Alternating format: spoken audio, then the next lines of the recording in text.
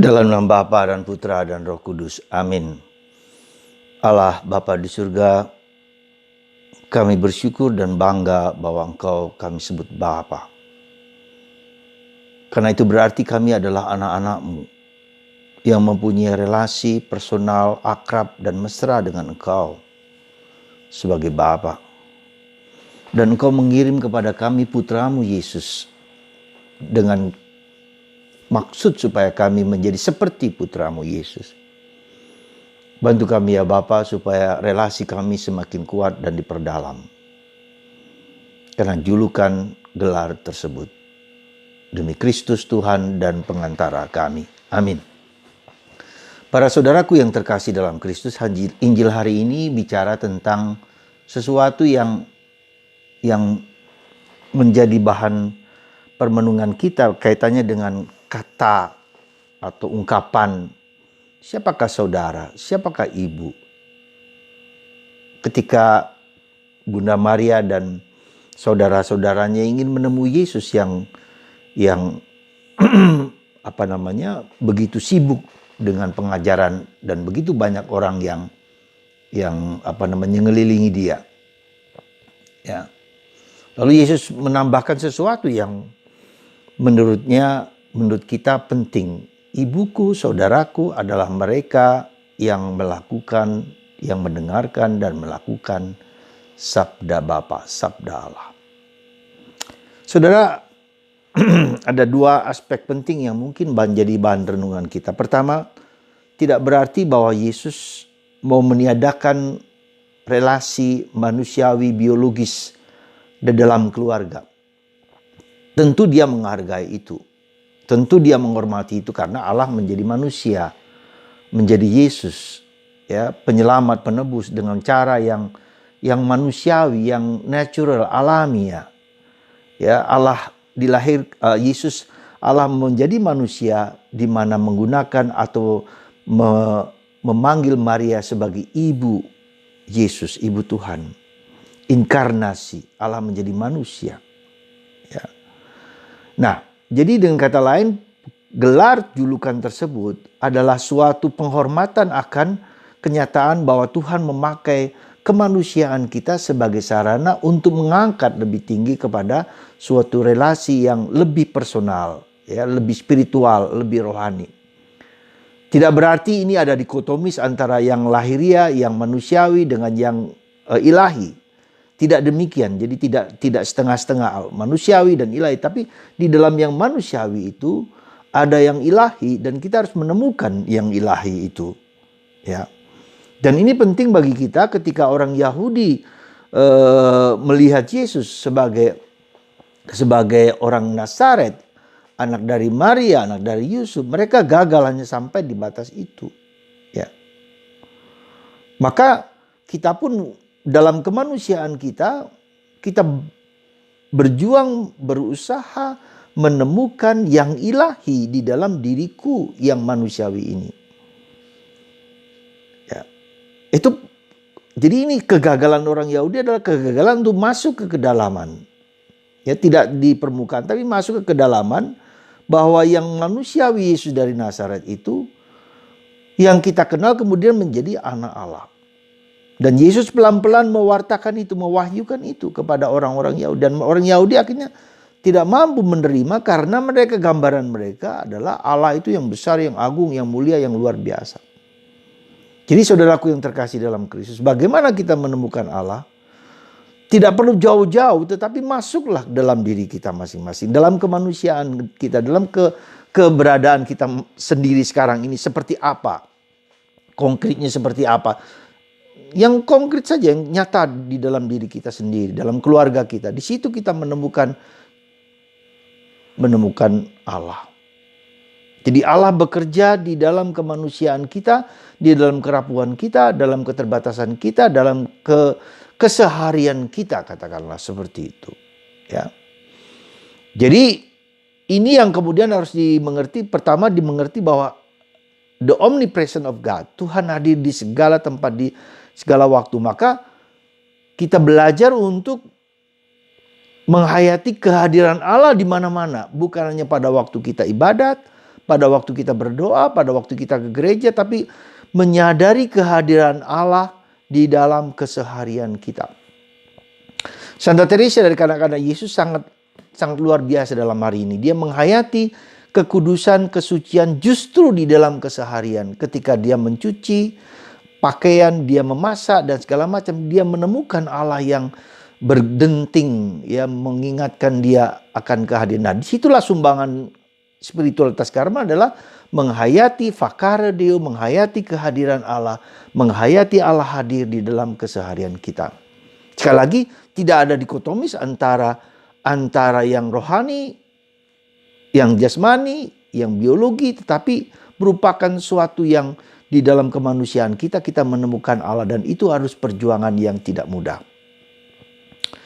Yang kedua, dalam tradisi Karmel, Maria itu disebut saudari. Kami adalah saudara. Dan bahkan dalam tradisi lama, saudara-saudara Yesus itu menjadi keluarga Karmel. Ya. Yudas Tadeus itu adalah saudara Yesus, menjadi saudara kita. Yohanes Pembaptis, Santa Ana, Yoakim. Ya, jadi orang-orang yang menjadi kerabat Yesus itu menjadi kerabat Karmel. Dalam tradisi lama itu kami memiliki kekuatan itu, gitu loh. Bonding itu, Santo Yosef. Ya. Nah, dengan maksud supaya bahwa mereka adalah keluarga Karmel, keluarga Yesus, di mana karena kami adalah ordo yang berdiri di tanah suci, di Holy Land. Jadi mereka bagian dari itu, ya. Nah, tentu saja dengan maksud supaya bukan hanya relasi biologis, relasi fisik, relasi asal usul. Misalnya bisa aja sekarang ini, kamu berasal dari mana? Oh, dari Jogja. Jogja mana? Misalnya Gunung Kidul. Gunung Kidul di mana? Seperti orang mendekat-dekatkan kepada tempat di mana yang kita banggakan, kita inginkan. Asalmu dari mana? Nah, itulah Karmel berasal dari tanah suci, dari Gunung Karmel, di mana Bunda Maria, Yesus berasal di tanah suci itu. Nah, dengan harapan bahwa relasi fisik biologis ini membawa orang kepada relasi yang lebih dalam, lebih spiritual. Maka Bunda Maria kami sebut sebagai saudari dari para Karmelit. Dan kami masih yakin bahwa ketika kami berdoa, beribadat, kami yakin Bunda Maria hadir berdoa bersama kami. Dan itulah keyakinan dari kami para Karmelit.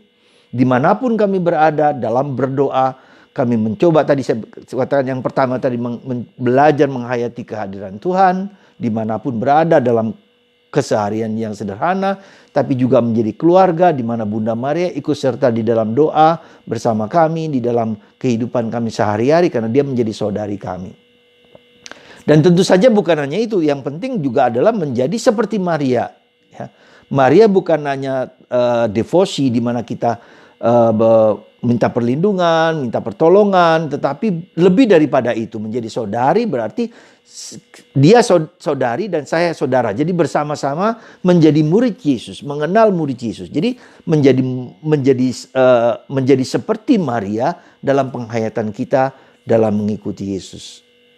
Jadi jiwa Maria menjadi jiwa Karmelit, maka Ordo Karmel disebut Ordo para Saudara Santa Perawan Maria dari Gunung Karmel. Sekali lagi, Ordo para Saudara Santa Perawan Maria dari Gunung Karmel. Kami adalah saudara dari Bunda Maria. Dan kita berjuang bersama-sama menyerupai Bunda Maria dalam mengikuti Yesus.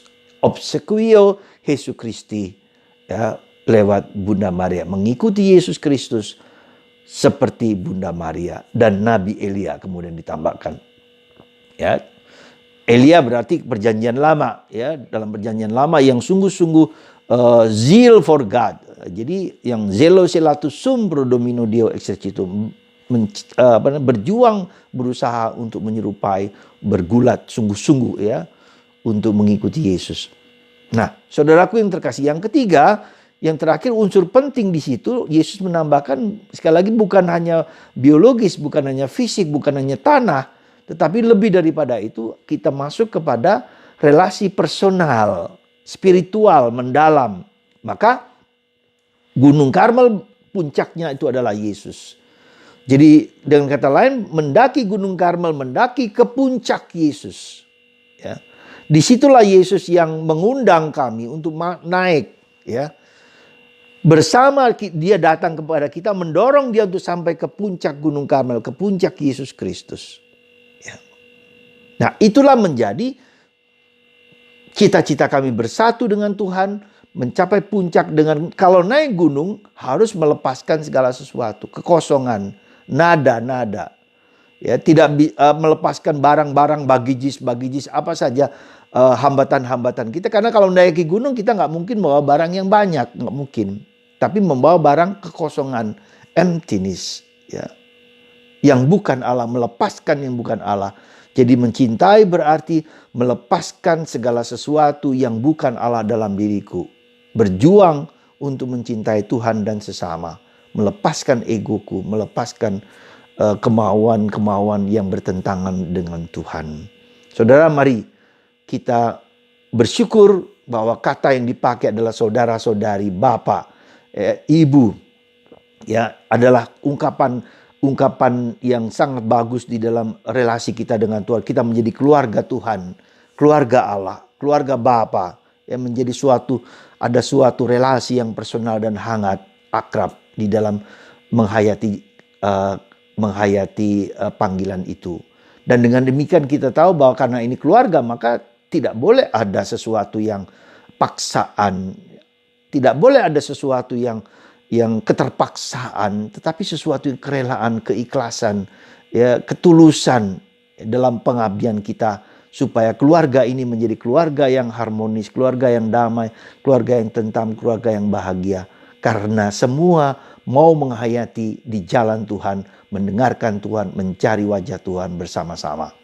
Semoga Tuhan memberkati kita semua di dalam keluarga Allah, dalam keluarga Karmel, dalam keluarga gereja, sehingga kita hidup dalam keakraban, kemesraan, dalam cinta persaudaraan yang baik. Semoga Tuhan memberkati kita semua, menjadikan kita anak-anak Allah yang penuh kasih. Dan bagi Anda yang sakit, disembuhkan oleh kuasa Allah lewat tangan hamba-Mu ini, dalam nama Bapa dan Putra dan Roh Kudus. Amin.